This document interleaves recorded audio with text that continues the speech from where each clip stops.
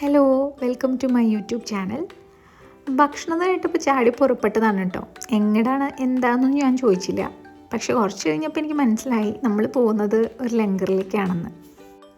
ലങ്കർ എന്ന് പറഞ്ഞു കഴിഞ്ഞാൽ ഒരു കമ്മ്യൂണൽ ഫ്രീ കിച്ചൺ, അതുപോലെ ഒരു കമ്മ്യൂണൽ മീൽ എന്നൊക്കെ മീനിങ് ഉണ്ട്. അതായത് നമ്മുടെ നാട്ടിലൊക്കെ ഈ അമ്പലങ്ങളിലൊക്കെ അന്നദാനങ്ങളൊക്കെ ഉണ്ടാവില്ലേ, ഏകദേശം ആ ഒരു സെറ്റപ്പ്.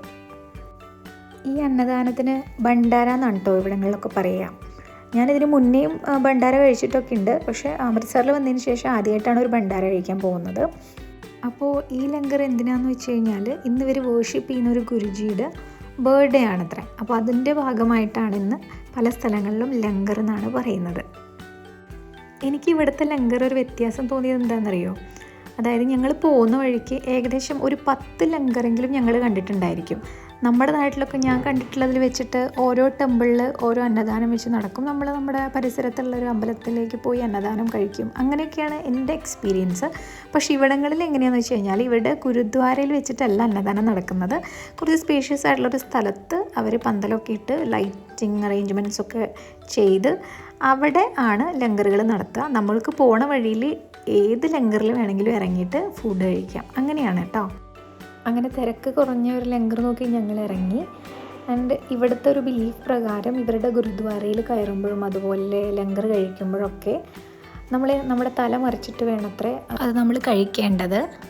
സോ എൻ്റെ കയ്യിൽ ഷോളൊന്നും ഉണ്ടായിരുന്നില്ല. ഭക്ഷണം കേട്ടപ്പോൾ ചാടി കയറിയതുകൊണ്ട് ഞാനൊന്നും പ്രിപ്പയർഡ് ആയിരുന്നില്ല.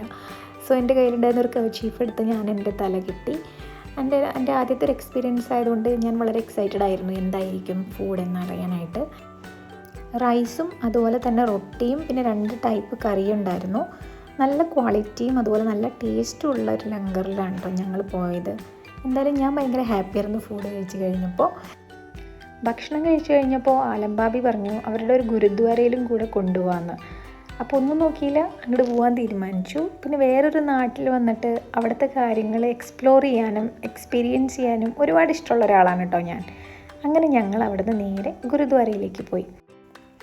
അവരുടെ ഗുരുദ്വാരയുടെ ഉള്ളിൽ കയറുമ്പോഴും നമ്മൾ തല ഷോൾ കൊണ്ടോ അല്ലെങ്കിൽ എന്തെങ്കിലും ഒരു കർച്ചീഫ് കൊണ്ടൊക്കെ തല കെട്ടിയിട്ട് വേണം ഉള്ളിലേക്ക് കയറാൻ വേണ്ടിയിട്ട്. അപ്പോൾ ഞാൻ ഏറ്റവും ഉള്ളിലേക്ക് കയറി ഇവർ വർഷിപ്പ് ചെയ്യുന്ന സ്ഥലത്ത് ഞാൻ വീഡിയോ ഒന്നും എടുത്തില്ല. അതിന് പുറത്തിറങ്ങിയതിന് ശേഷമാണ് കേട്ടോ ഞാൻ ആക്ച്വലി വീഡിയോ ഒക്കെ എടുത്തത്. സോ ഇവരൊക്കെ ഈ തേക്കുന്നത് എന്താണെന്ന് വെച്ച് കഴിഞ്ഞാൽ അവിടെ ഗീയാണ് അത്ര അവരുടെ പ്രസാദം. അപ്പോൾ ആ നെയ്യാണ് കേട്ടോ ഇവർ കയ്യിലും മുഖത്തൊക്കെ ഇങ്ങനെ പുരട്ടുന്നത്.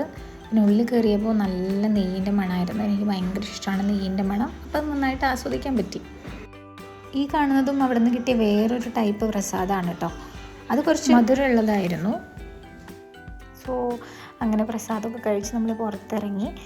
ഇവിടുത്തെ ഒരു ആംബിയൻസൊക്കെ നല്ല അടിപൊളിയാണ്. പിന്നെ കാണാനും നല്ല ഭംഗിയാണ്. ആർക്കിടെക്ചറൊക്കെ കാണാൻ നല്ല രസമുണ്ട്. എന്തായാലും മൊത്തത്തിൽ നല്ലൊരു അനുഭവമായിരുന്നു. ആദ്യമായിട്ട് പോകുന്നതുകൊണ്ടുള്ളൊരു എക്സൈറ്റ്മെൻറ്റും ഉണ്ടായിരുന്നു.